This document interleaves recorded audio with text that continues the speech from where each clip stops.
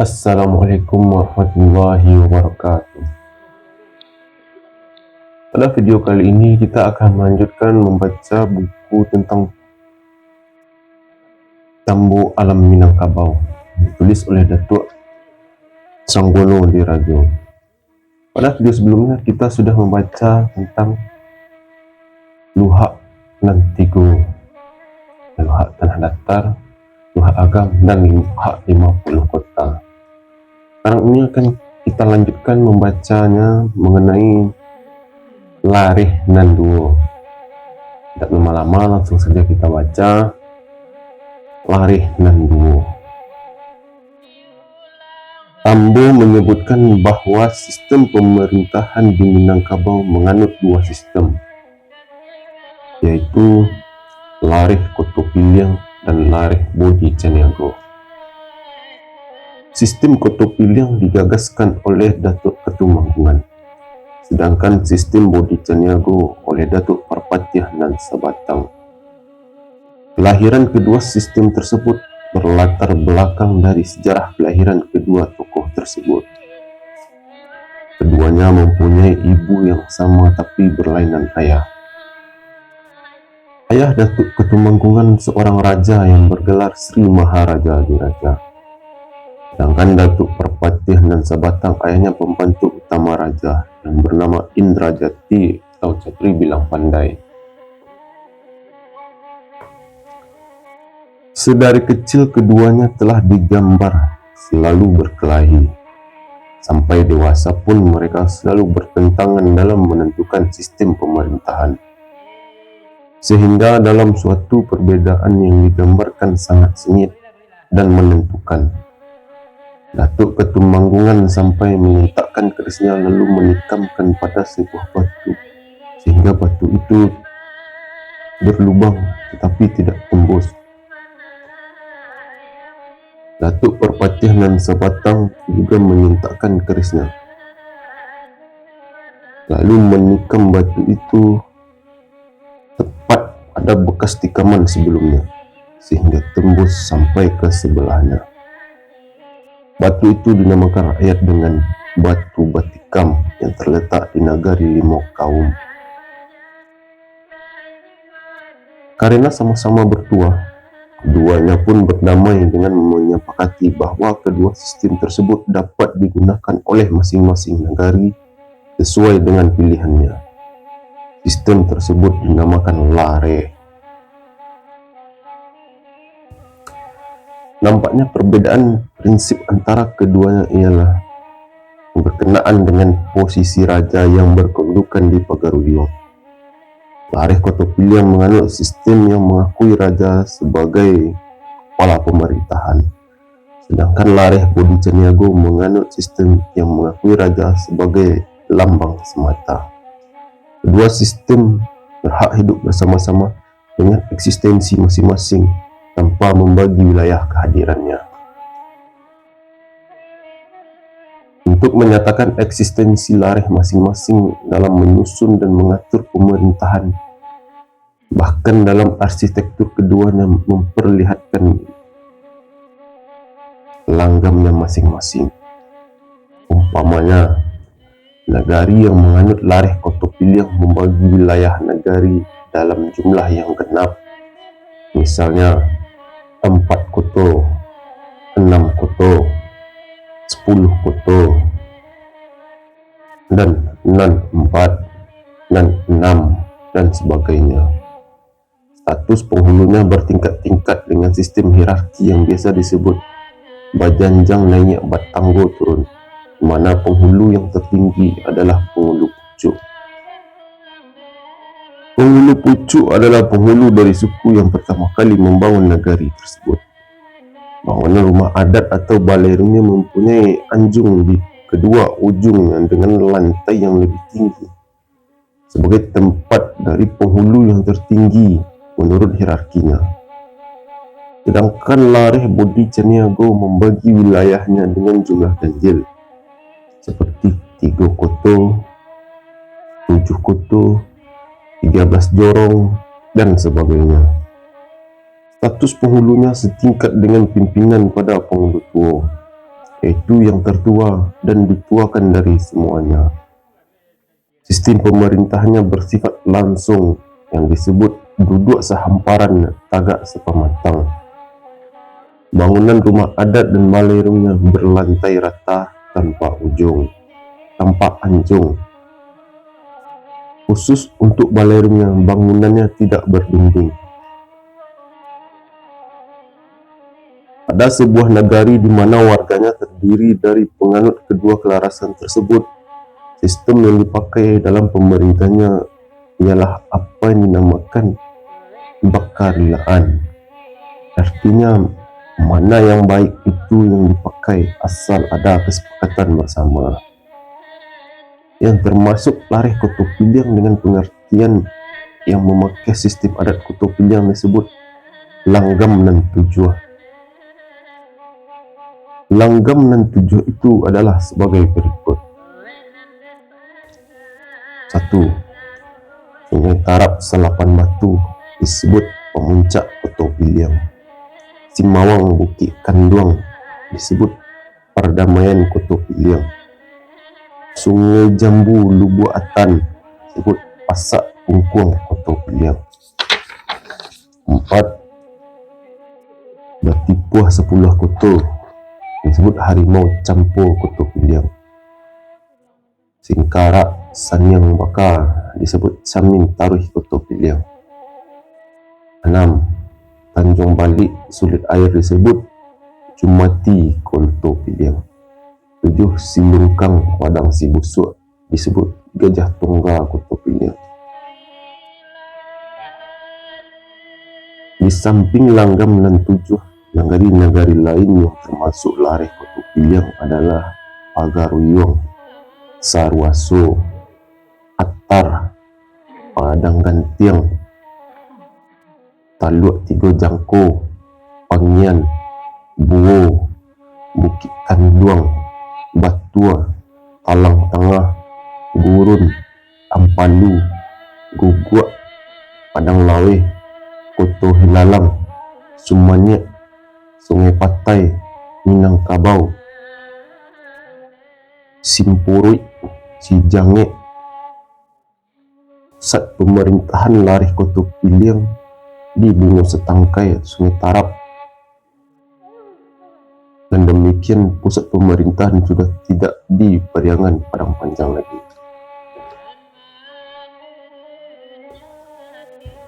Daerah-daerah yang termasuk lareh Bodi Caniago disebut juga dengan Tambo. Dalam daerah-daerah yang termasuk lareh Bodi Caniago disebut juga di dalam Tambo. Tanjung nan Ampek Lubuk nan Tigo. Tanjung nan Ampek Lubuk nan Tigo. Tanjung nan Ampek pertama Tanjung Alam, 2 Tanjung Sungayang, 3 Tanjung Barulak, 4 Tanjung Bingkuang, 5 Kaum 2 Baleh Koto. Lubuk nan Tigo, Lubuk Sikarah di Solo, Lubuk Simawang di Talawi, Lubuk Sipunai di Tanjung Ampalu. Di samping Lubuk nan Tigo dan Tanjung nan Tigo, di samping Lubuk nan Tigo dan Tanjung nan Ampek yang termasuk laras Bodi Caniago juga adalah 5 kaum 2 baleh koto dan 9 anak kotonya. Daerah yang termasuk 12 koto adalah Tabek, Sawah Tengah, Labuh, Parambahan, Sumpanjang, Cubadak, Rambatan, Padang Mage, Ungun, Panti, Pabalutan, Sawah Jawah. 9 anak koto terdiri dari Tabek Boto, Salaganda, Baringin, Koto Baranjak, Lantai Batu, Bukit Gombak, Sungai Ameh, Ambacang Baririk, Rajo Dani. Pusat pemerintahan di Dusun Tuo 5 Kaum.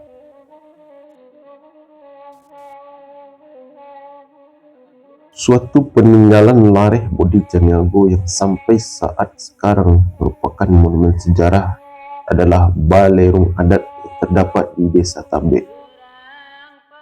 Di Balerung Adat inilah segala sesuatu dimusyawarahkan oleh nenek Mamak Bodi Caniago pada masa dahulu. Meskipun sudah dibagi di setiap negari itu, selalu menyela orang yang dua kelarasan itu, tetapi yang paling banyak adalah kelarasan Kutub Iliang. Perbedaan jumlah pengikut ini mengakibatkan terjadinya perselisihan antara Datuk Ketumanggungan dan Datuk Perpatian dan Sebatang. Perselisihan kedua orang besar itu tidak dapat didamaikan oleh isi alam Minangkabau karena keduanya sama-sama keras. Selanjutnya terjadilah perperangan yang pada akhirnya dimenangkan oleh kelarasan Kutub Iliang karena jumlah mereka lebih banyak bila dibandingkan jumlah pengikut kelarasan Bodi Caniago. Pada masa itu berdirilah pusaka perang. Siapa yang kalah harus mengisi penampun abu. Bila tidak ada yang menang atau seri, hanya berjabat tangan. Dengan kalahnya Lareh Bodi Caniago, maka ia mengisi penampun abu kepada Lareh Kutub Iliang. Dibayar dengan 6 ekor kuda oleh datuk-datuk dari 5 kaum 12 koto dan 3 ekor kuda putih dari Datuk Negari dan 3 itu oleh Datuk Negari Tanjung Sungayang dan Tanjung Gadang. 8 kuda itu diberi bertali cindai dibawa ke 8 batur, ini ke negari Sungai Tarap. Nagari Pariangan Padang Panjang tidak termasuk kepada nagari yang dibagi menjadi 2 kelarasan, sebab nagari itu adalah nagari tertua di alam Minangkabau, sehingga masyarakat di sana mempunyai satu kelarasan yang diberi oleh nenek yang berdua lareh nan panjang. Nagari yang termasuk ke dalam lareh nan panjang adalah sehiliran Batang Bengkawas sampai ke Bubuk Sikaladi Hilir, terus ke Bukit Tembesi bertupang Mubi. Oleh orang-orang tua lareh nan panjang itu disebutkan Pisang Sikelat-kelat Hutan, Pisang Tembatu Bergetah, Kutub Iliang dia bukan, Bodi Caniago dia entah. Setelah Datuk Ketumanggungan memenangkan peperangan itu, beliau memberi nama nagari 5 kaum 12 koto itu dengan nama Gajah Gadang Patah Gajeng, dan negari Tanjung Sungayang beliau namakan Tanjung Sungayang nan bertujuh. Negari tempat beliau menetap diberi nama Sungai Tarap, Darussalam. Pemberian nama-nama baru ini sangat menyakitkan hati Datuk Perpatian dan Sebatang. Begitulah yang diceritakan oleh orang-orang tua. Benar tidaknya, wallahu a'lam. Permufakatan antara Datuk Ketumanggungan, Datuk Perpatian dan Sebatang dan Datuk Sri Maharaja nan Banigo-nigo tentang menetapkan hukum serta cupak gantang yang akan dipakai dalam luhat nan Tigul Lareh nan duo adalah sebagai berikut. Luhat nan Tigul Lareh nan duo. Luhat nan Tigul Lareh nan duo adalah sebagai berikut. Cupak yang dipakai gantang yang di picahan kepada setiap luhak dalam larasnya nan dua adalah cupak yang 12 tail isinya, dan gantang yang kurang 25 tail genap isinya, serta emas yang 16 emas berat timbangannya, yang seemas 4 kupang, sekupang 6 gundi merah, hitam bagian tampuknya, setali 3 uang yang seuang satu kundi, yang sateang setengah kundi, itulah yang dipalut kata mufakat ini yang bertiga tadi. Meskipun sudah ada kesepakatan, selalu ada saja perbedaan pendapat di antara nenek yang bertiga itu. Misalnya menurut pendapat Datuk Ketumanggungan, setiap orang yang menjadi terpidana wajib bersumpah baginya. Namun bagi Datuk Perpatih dengan sebatang sumpah itu tidaklah perlu, karena semuanya itu adalah anak cucu kita juga. Oleh Datuk Seri Maharaja Nan Bani Gemigo, perbedaan itu tidak satupun yang disetujui. Maka pada waktu itu tidak tercapai kata sepakat. Dengan takdir Allah, keluarlah seekor ular dari laut. Ular itu menangkap salah seorang anak Datuk Ketumanggungan dan dibawanya ke Banir Kayu Jati. Maka gemparlah orang pada masa itu. Nenek yang bertiga kehilangan akal karena anak telah dipanggut ular. Bertanya Datuk Ketumanggungan kepada nenek yang berdua, "Apa akal kita untuk mengambil anak itu?" Menyahut Datuk Perpatih dan sebatang, "Habis budi hamba melihat anak kita itu. Jika dibunuh ular itu, niscaya matilah anak kita." Berkata Datuk Seri Maharaja Nan Bani Gemigo, "Menurut pendapat hamba, kita ambil ranting-ranting jawi, kita lontarkan kepada Banir Kayu itu, supaya ular itu lari. Maka dibuat oranglah sebagaimana yang dikatakan Datuk Seri Maharaja Nan Bani Gemigo itu. Lalu ranting jawi-jawi itu dilontarkan orang sekuat-kuatnya kepada Banir Kayu tempat ular tadi. Ular itu terkejut lalu lari meninggalkan anak Datuk Ketumanggungan dengan tiada yang kurang satu apapun. Dengan kejadian itu, Datuk Ketumanggungan dan Datuk Perpatih dan sebatang bertambah segan kepada Datuk Seri Maharaja Nan Bani Gemigo karena ketajaman akalnya. Ular yang dipalu tiada mati, pemalu tiada patah, tanah yang dipalu tiada lembang. Akhirnya Datuk yang berdua menyadari akibat yang timbul apabila mereka berdua terus berbantah-bantah karena selalu berbeza pendapat dalam menetapkan hukum akan dipakai oleh masyarakat. Mereka sepakat bahawa hukum itu harus diuji dan dibanding. Setiap tandingan itu dipakai pada tempatnya masing-masing. Adapun hukum yang akan dipakai di luhak nanti go larih nan duo terus ke batang rantau ada 3 perkara. Pertama, hukum kitabullah, yang kedua hukum ijtihad, ketiga hukum serta saksi.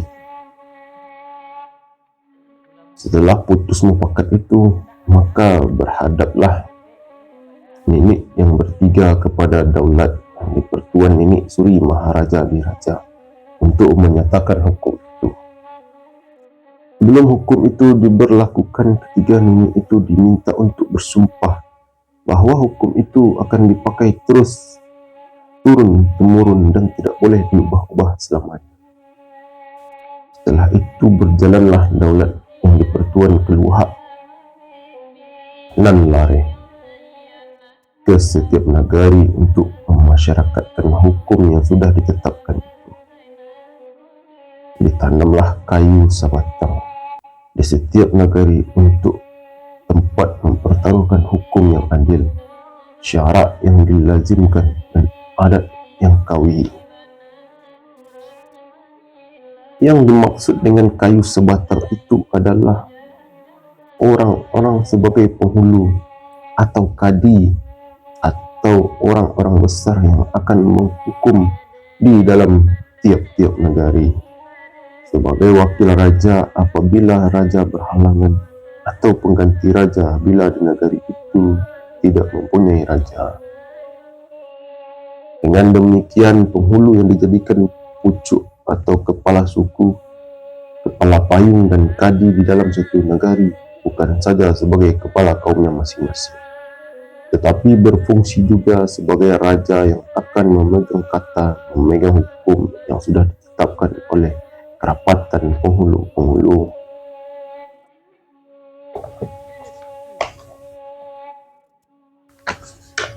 Setelah tadi kita baca tentang Lareh Manduo, Lareh Koto Piliang dan Lareh Budi Caniago, yang masing-masing Lareh Koto Piliang dicetuskan oleh Datuk Manggungan, Lareh Budi Caniago dicetuskan oleh Datuk Perpatian Sawatang.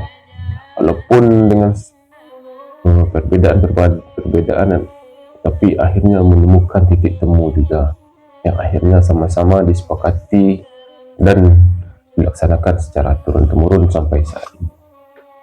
Mudah-mudahan apa yang kami baca bisa bermanfaat dan bisa menambah pengetahuan kita tentang Tambo Alam Minangkabau. Kita akhiri video kita kali ini.